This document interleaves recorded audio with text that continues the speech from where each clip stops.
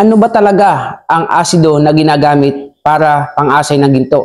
At ilang piraso ito sapagkat may ibang vlogger na nagtuturo na ang pang-asay ng ginto na acid ay may iba't iba. May pang 14K, may pang 18K, at may pang 22K. Yan po ang ating tatalakayin sa video natin ito. Lamang ang may alam.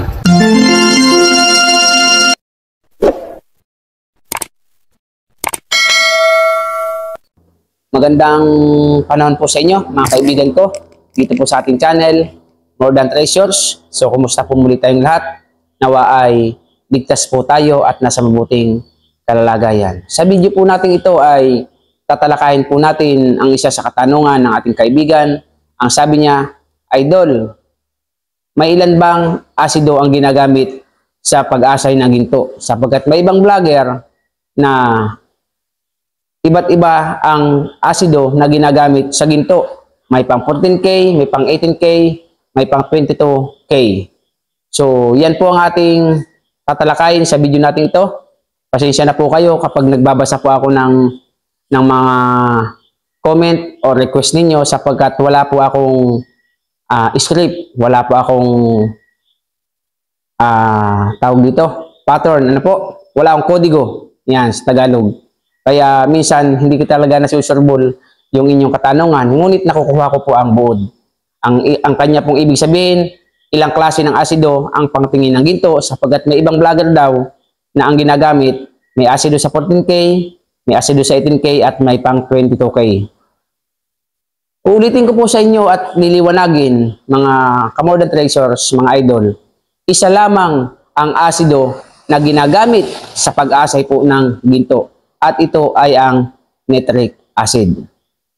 So, ang nitric acid, lahat po ng precious metal, yan na po ang pangtingin.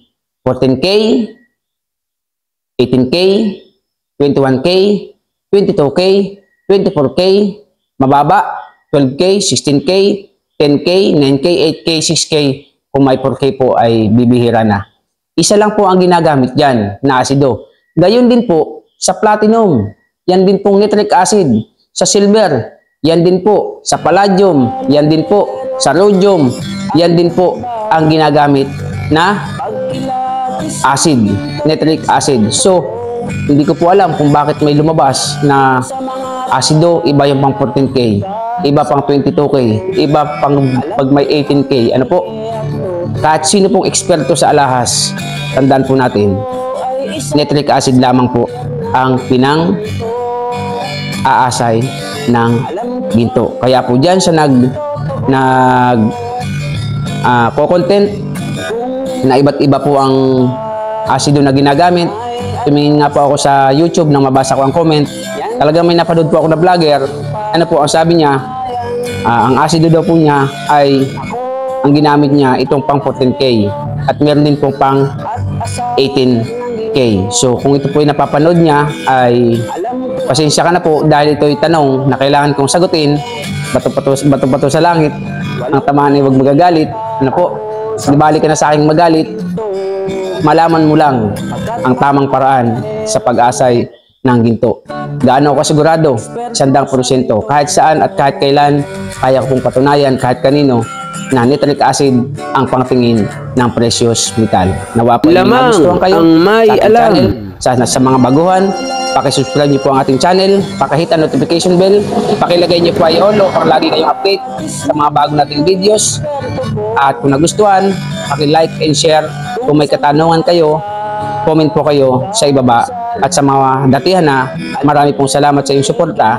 See you on the next video. God bless. Lamang ang may alam. Pag ilapis ng ginto'y eksperto ko. Alahero ang trabaho ko. Pag ilapis ng ginto'y eksperto ko.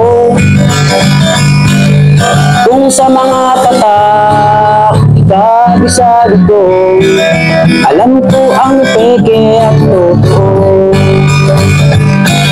Ako ay isang asayat ng ginto. Alam ko ang tunay at totoo. usapan ay alas lang. Yan ay kaya nating patunayan. Ako ay alahero at asayer ng ginto.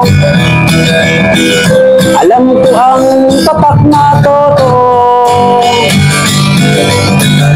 walang maitatago sa usapan ay ginto. Pagkat ang alahero'y eksperto sa ginto.